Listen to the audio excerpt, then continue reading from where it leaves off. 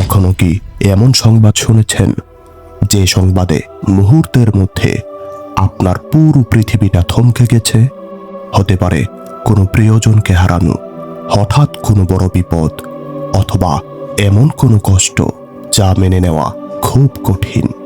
এমন সময় একজন মুমিন কি বলবে? আল্লাহ তাআলা আমাদের শিখিয়েছেন, ইন্না লিল্লাহি ওয়া ইন্না ইলাইহি রাজিউন। এর অর্থ নিশ্চয়ই আমরা আল্লাহরই এবং নিশ্চয়ই তার কাছেই ফিরে যাব। এই বাক্যটি সূরা আল বাকারা 156 নম্বর আয়াতে এসেছে।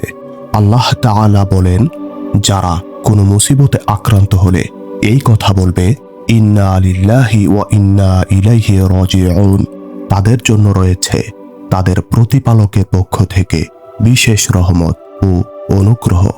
তাই জীবনে কোনো কঠিন মুসিবত এলে শুধু হতাশ হয়ে পড়বেন না।